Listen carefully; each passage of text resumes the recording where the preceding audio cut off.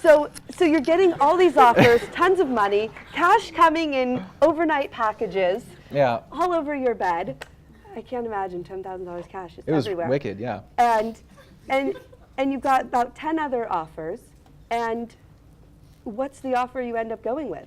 I went with the offer. So I was kind of there's a whole byline here, but I went with the offer that let me stay with my business.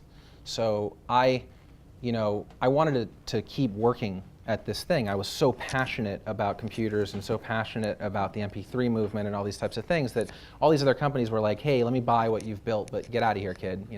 And I was like, no, that's not how this is going to go. So I took probably financially maybe the worst offer, but it was the best for me.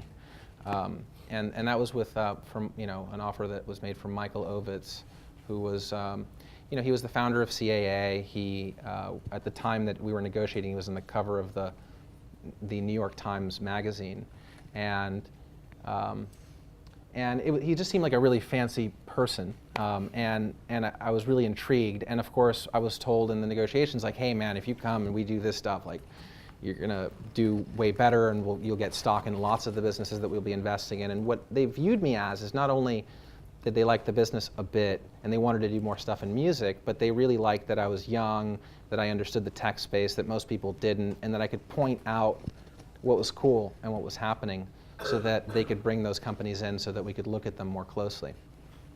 So you take the Beverly Hills Hollywood job. Yeah, they fly me out, they put me at the Standard. I was still 17, and then one of his assistants, his job was to drive me around. And the fanciest thing, this is where I was really sold, is The Matrix was out in theaters. So we go to the Fox theaters and we watch The Matrix, and we're in the middle of the movie, and Michael calls and he's like, you've got a meeting now, you guys have to come back. And in the middle of the movie, they're like, okay, he's like, dude, we got to go because Michael wants a meeting now. And I'm like, okay, cool. But we paid for the movie ticket.